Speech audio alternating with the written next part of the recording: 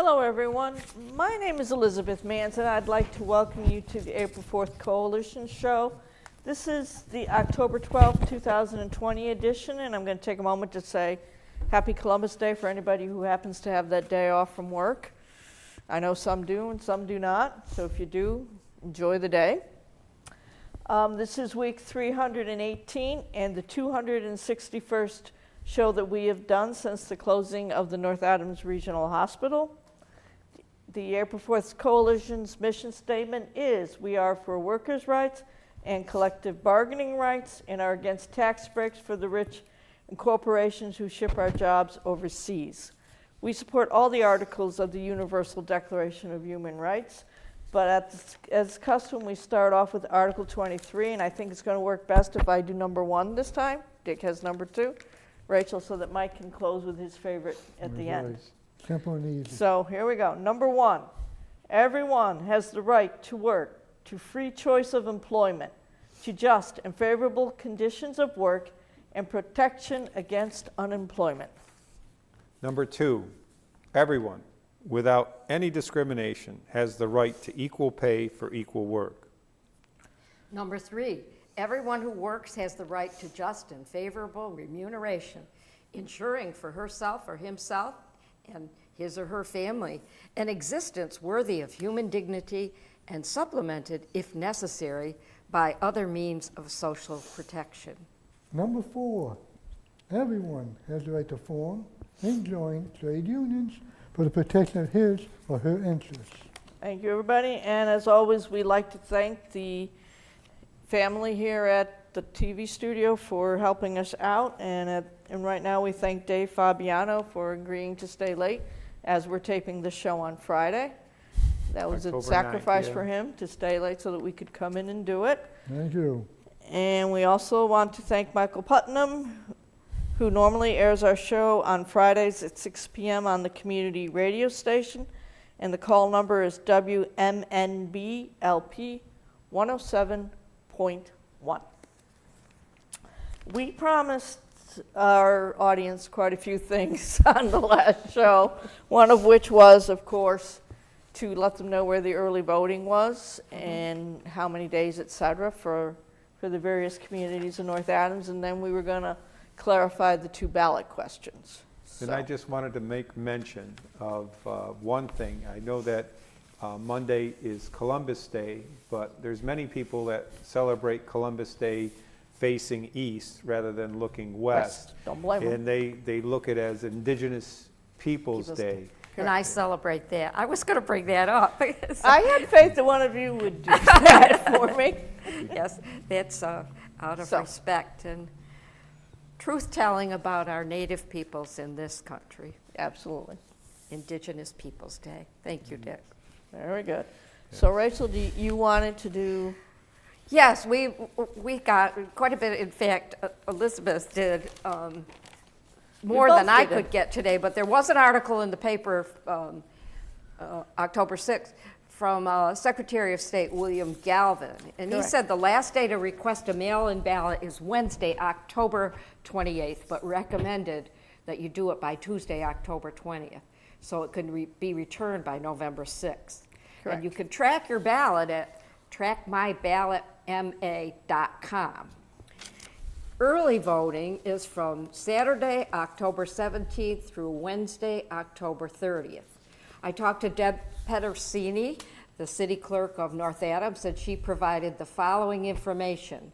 North Adams early voting schedule is Saturday, October 17th and October 24th from noon to 4 p.m. Sunday, October 18th and October 25th, 9 a.m. to 1 p.m. Monday, October 19th through Thursday, October 22nd, 9 a.m. to 4 p.m. Friday, October 23rd, 9 a.m. to noon. Monday, October 26th through Thursday, October 29th, 9 a.m. to 4 p.m. And Friday, October 30th, 9 a.m. to noon. And where is that located? I was just going to say that. Oh, I'm sorry. Yeah. That is at City Hall, and You go in the front door and there's somebody there and there's a place to vote right there. That's what, the same as they did for the primary. But Mrs. Pedersini also said for returning the ballots, there are two drop boxes at City Hall. One is handicapped accessible, and it's right before you go up the ramp near the main entrance, and then there's the other one at the side door. And she said the earlier the ballots are returned, the better. And she reminded voters to remember to sign the inner brown envelope when you're completing one's ballot. And for Adams Town Hall, it's Before you go any further, you can also mail those ballots back. Yes. And they will, they will be treated locally. If you Yep. mail them here in North Adams, they will And be treated locally. course, They won't go out of town. Everybody's recommending do it as early as possible. So Yes. as soon as you get it. Vote often and early. Yes, absolutely. And the Adams Town Hall, the Adams schedule, from what I found out, is the same as North Adams. So Liz got to go farther than I did. I started calling this afternoon and they're closed. so. It's pretty close. What I noticed with all of them that I was doing, the Monday through Thursdays and Friday things matched the town hall hours. Oh, all for of the them? majority of them, pretty much. They all pretty much matched. It was only on the weekends that it went differently. And the only one different on the 12 to 4s was the Sunday ones in Adams. They were going to do them 9 a.m. to 1. Sunday one in Adams? Sunday, October 18th and the 25th, they were going to do 9 a.m. to 1. Yes, that's what I said. Yep, For North Adams. and Adams. And Adams are 9 a.m. to 1 on Sunday. Yep. Both Sundays.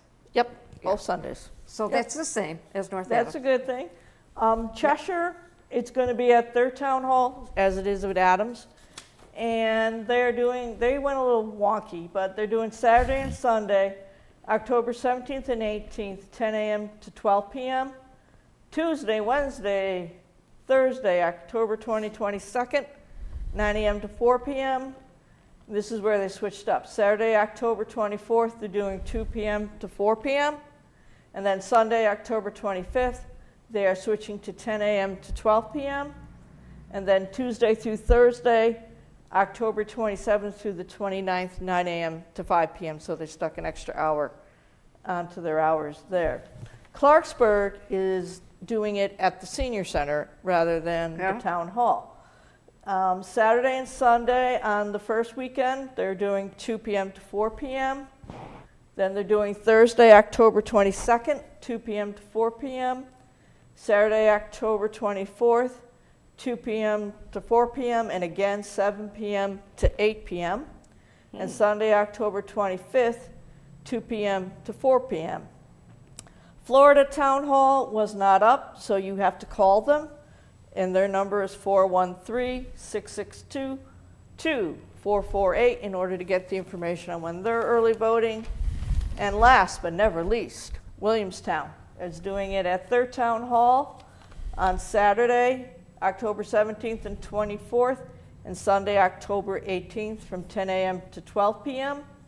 Then they're doing a second session on Saturday, October 24th from 2 p.m. to 4 p.m. and Monday through Friday, October 19th through 23, and October 26th through 30 from 8:30 a.m. to 4:30 p.m., which I do know is their town hall. And I will bet every single one of us can turn our early ballots in at the town halls. I know I can in Clarksburg. That's what we did the last time. Yeah.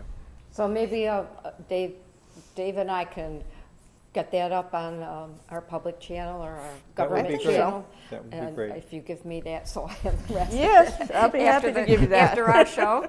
I like the TV commercial that they have, that, they have all these stars and athletes and say, I feel like I'm just going to give 60% today. I'm just going to give 60% today. Everybody says, a big football game, I'm just going to give 60%.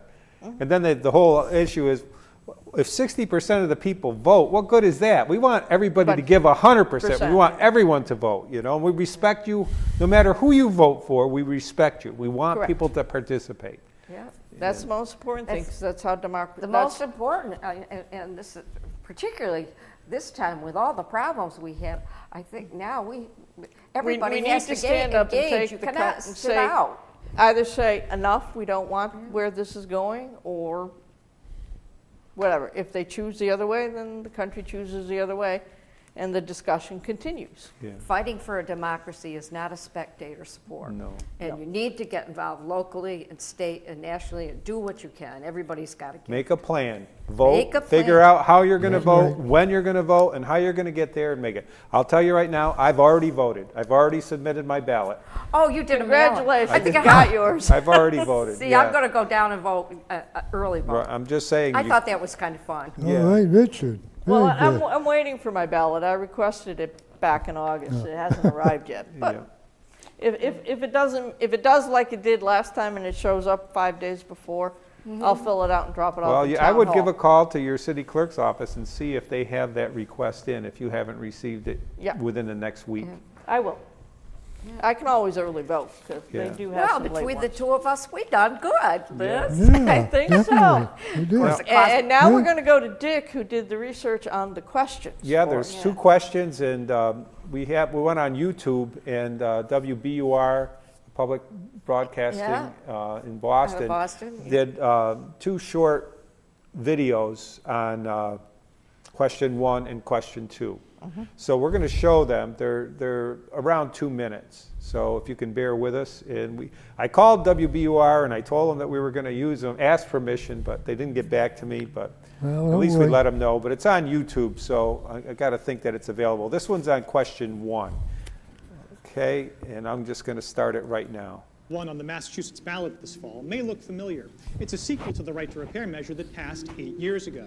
Because of that law, you can take your car to any shop, not just a dealer service center, and a mechanic can plug into the vehicle's computer system to figure out what's wrong. You can also buy a device to do this yourself. The idea is that you have a right to the information needed to repair your car wherever you want and can't be forced to a dealership, hence the right to repair moniker. Now, many mechanics say they ought to have access to something more, something called telematics. If you drive a newish car, it's probably equipped with the automobile equivalent of a Fitbit that monitors the vehicle's mechanical health and sends those readings wirelessly back to the manufacturer. The term telematics refers to this kind of real-time data about your car, and it can be valuable info. There may be nothing wrong with your vehicle yet, but if telematics tell the manufacturer that a certain part is wearing down and will need to be fixed soon, the automaker can notify you in an email, or maybe even right on your dashboard. And there's a decent chance that alert will come with an offer to schedule maintenance with a few easy finger taps at the dealer that sold you the car in the first place. Some independent shops worry they'll lose business to dealer service centers because of the convenience factor. A yes vote on question 1 would create a shared database for the telematics that currently flow only to automakers. Drivers could then grant permission for any mechanic to keep tabs on their cars, which could help level the playing field. Your neighborhood shop could more easily anticipate a problem and prompt you to schedule service before something breaks, just like a dealership. Automakers strongly oppose question 1 and say they're not just looking out for dealerships, but for drivers too. They say a large telematics database could be a magnet for hackers. And they point out that even if a maintenance alert tries to steer you to a dealer service center, you could always choose a different mechanic instead. A no vote on question 1 would make no change to the current right to repair law. For 90.9 WBUR, I'm Callum Borchers. All right, so that was Question 1. question 1. Do you want to comment on that, or do you want? Well- I think it seems pretty clear. It's clear, and I'm going to tell people something I rarely ever do, because when they complain about how your information is out there on the web and this is going to make it easier for hackers to get you, well, I've been caught up twice in fraudulent claims at the unemployment for Massachusetts just this time around. Now, they got that November, information out of the Massachusetts- big government database. So the fear that your information is going to get hacked, if they can get it out of a government database, my name and information to use it to file an unemployment claim, I don't see why that's a big issue, because your data is already out there. It doesn't matter. You guys are more than happy to sound off. That doesn't mean I'm going to necessarily vote for this question. I'm going to think it over for a few more days. I don't feel strongly enough either way to tell people how I voted or to influence their vote, but I would encourage them to seek out But people I that you always worry know when people and- go and say, oh, they're and going watch- to, all these actors are going to have your data to use it as a scare tactic when, in this day and age, that data is already out there. So you, yeah. And part of what I saw, which was concerning, was they were talking about domestic violence and Yeah. victims. But I just kind of like want my service station to be able to do whatever anybody else can do. So that's kind of how I'm leaning. I'm lucky, I got a home mechanic on my street, so So we're not too, he doesn't even go to a service we're station. not too worried. I don't, I'll tell you. He got all the gizmos we need. He'll find out what's wrong with my car, and he gets a reasonable rate, Good. a neighborhood discount. Well, why don't we move on to the next one? Sure. And it's a little question 2. It's ballot question 2, and it's ranked choice voting. So we're going to start this video and see how it goes. In November, Massachusetts voters face a ballot question that could fundamentally reshape the way we vote. Ballot question 2 will decide whether Massachusetts changes its statewide elections to allow for ranked choice voting. It's also called instant runoff elections, and the idea is to prevent politicians from getting elected without majority support. So what is ranked choice voting?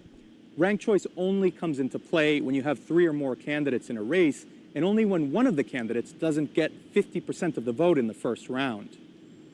Here's how it works. On the ballot, you can rank your preferred candidates, first, second, third place, etc., or you can just vote for one of them.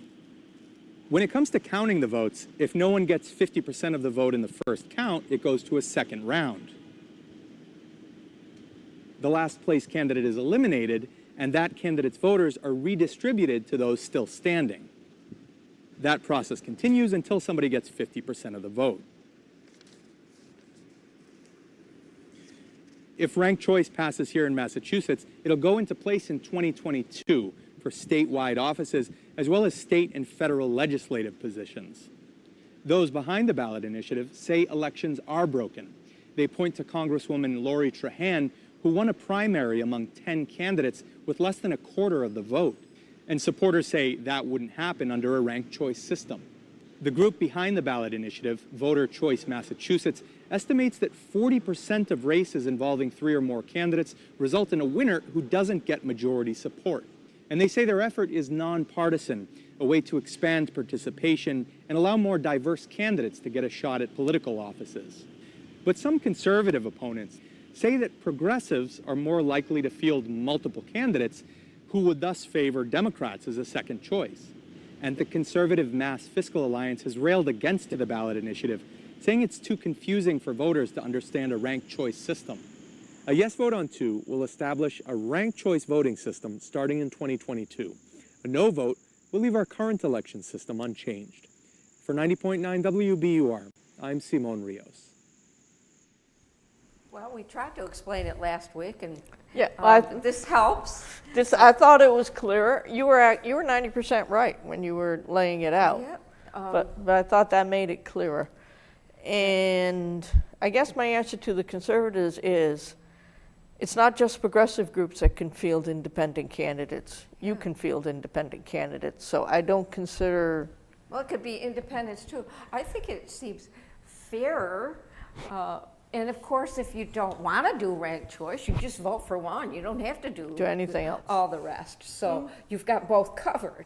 From You what I do in a understood. sense, but the only objection I've ever had to this when I'm looking at it is that if I happen to be fortunate enough to vote for the first person and that person is close to the top, my second and third choices don't count. Only the lower people's choices count for their second and third choice. That's probably the only bug I see in it, because that means that person is in a sense getting to choose twice or thrice. Now, if I choose somebody who I don't think has a chance to win and then my second choice goes, then I've voted twice. But say I'm fortunate enough to choose the person, one of the 2 people who are at the top. So if the idea is to narrow it down to the top 2 candidates anyway, No, I guess it's push the first candidate they're hoping to to push get the over first. 50%. That's That's the goal. That's And the they're hope. trying to eliminate having a runoff election, Yes. just you doing it instantly. Right, that's doing it. basically what they're trying to do. So, because it's not really that they're getting 2 votes, I think. It's that, It feels because like if you it. had a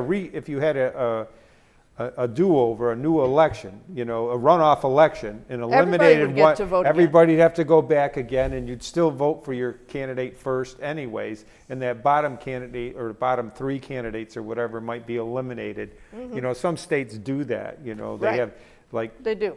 I think it's Louisiana, they have, those Senate races are like that, who you And have a to- couple others along the way. Yeah. I So- think North Well, Carolina did it The once. other part is you don't really want to see somebody out of 10 candidates get elected with 20 or 24% of the vote.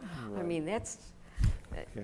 not the best representation of what we want from someone being elected. I think I heard you say, though, one thing that you find is it's not good when we don't have we only have one candidate instead of having a well, choice. yes. That's I'm quite a known bigger for- problem than ranked No, choice. choice voting. But will this help get more people to run? Perhaps. I don't know. I don't know. Well, it could because, we're trying to fight for equity and, equal representation. I think we want more people to run. I'm very disturbed that the whole Berkshire delegation doesn't have A single candidate against them. Everybody's unopposed. It's just maybe the opposition party Doesn't feel they have a shot. doesn't feel that they have a reason to challenge them. Well, that's the problem of, I don't care whether it's Republican or Democrats, two parties, and I'm unaffiliated and I've run as both, but under different circumstances, but you want people to come forward, and I think it's not necessary, or should not be necessary to be a party person to run for office. Mm-hmm. Well, I think our congressman had an opposition in the primary, but he didn't did. have any in the general election. Yes.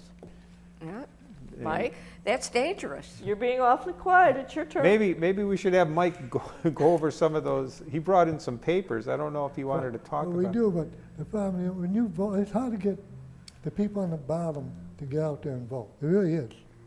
And I keep on telling people, if the poor people in this country, the people on the bottom, ever got their butts up and voted, they can run the country. Because there's more poor people than the rich people. We outnumber them. But the rich people are the ones who keep on setting up the rules, and we just keep on letting them do it. And that's what we do. So if you don't vote, you really can't complain, because you're telling them, stomp on me, I don't care. Take that away from me, I don't want that. I tell you, you can't let these wonderful Well, human part beings. of it, I think people might reach the place where they don't care if they're poverty-stricken or they're vulnerable because they're working 2 or 3 jobs and they are so economically in such disparity, but also they are powerless politically and feel like whether they vote or not, they're not having any equitable treatment. But the problem is, if they don't vote, they're never going to improve the situation. Yes. They really got to stand up and take a stand, because I dealt with a lot of people. I thought when I ran for office way back when, I used to go down and get some people over to the city hall to vote. Yeah. And I tell you something, sometimes the city clerk, you look with amazement on their face, you're walking with 10 people to register and vote, because they panic, because here, a small amount of people can make the world of difference. You bet. And so therefore, I'm telling you, if you're poor, and you That's don't what the vote, Poor People's Campaign is really pushing for it is. voting. There's a whole, It is. But there's a if- whole fight across the country. Look at Georgia trying to stop the suppression Yeah, of they will. voters. I mean, there's a real fight to keep people from voting. Yeah. It's But a if you can sacred vote, you duty allow in this If country. you can vote and you allow somebody to take it away from you, it's just giving up. And you're saying, well, okay, you got people you care for. You got to fight for them. You bet. The only way you can do it nowadays is by voting. That's it. From the labor perspective, we have that sheet there Yes. from the labor union. Oh, yeah. It talks about the different candidates. I know we'll probably try to go into it at another show. We'll A little make copies. deeper, but why don't you do the top quotes from them? Well, the problem here is you got Trump, and everybody knows that Trump is a very anti-union candidate. He's a very anti-worker candidate. He doesn't want the workers to have a voice. He'll do anything to eliminate it because those are the very people who don't want them. And he'll go into the polling booth. He wants to have something like what he wants to do with the post office at the most critical time of the year when you got to count the votes. He wants to make it so the post office doesn't have the funds to do the job the right way. This gentleman, who is our president, is more than willing to hold up an election or not allow all the votes to be counted by the post office by not giving them the funds to run it. And that's our president, folks. He's not my They- president. they I do- don't have a president, Mike. We've Well, done this before. Yeah, I know. But my All right, problem he's the is, occupant of the White House at the moment. but my problem is, the only way you can say he's not your president is by getting enough people out there to get him out of office. I That's can the only And way that's you can very do it. true. And Because you're just stuck for- with him whether you like it or not. The only president of the United States is called Trump. You may not like it, and you may come out with the same thing. You Dump and I the love hump. to get into this. Well, dump the hump No, is I coming said up. on my first show, there's a sexual predator in our White House, and I don't have a president, so each one of us have to be president.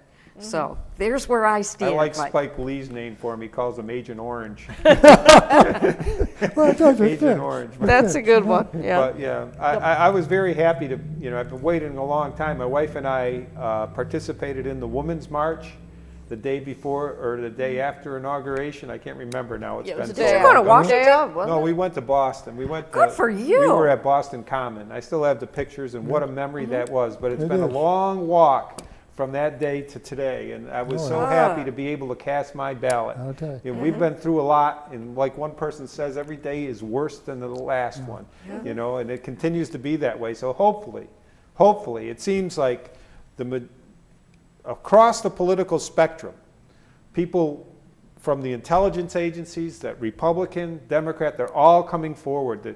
The guy who was head of the CIA under President Bush, I believe, John Yes. Brennan? General Brennan? McCaskill? No, I'm sorry. Well, Hank anyways, Master? no, it's General. I Oh, can't you- remember the name right you now. think of it. But he came out and just endorsed Joe Biden. He said, "I disagree on policies. A lot of times on Joe Biden, but Joe Biden is a good man. Donald Trump is not a good man." And this is coming from the head of the ex-head of the CIA, who was appointed by the Republicans and worked under the Republicans. Very simple. One's a good man, and the other person is not a good man. And you I just decide. see the damage done to the most vulnerable and people only of have color and 20 the first seconds left. responders. And yes, and must all vote. I'll tell you. Yes. And It's Power tough. to the Power to the people. Power to people. the people. Remember? And Dump the hump. everybody enjoy Monday if it's a day off, whether you call it Indigenous Day or Columbus Indigenous Day. Yeah. peoples. Have a peaceful day. Power to the people. Power to the people. With workers' blood, mistakes of the bosses we must pay for. From the cities and the farmlands to trenches full of mud, war has always been the bosses' way, sir. The union forever defending our rights. Down with the black leg, all workers unite. With our brothers and our sisters in many far off lands, there is power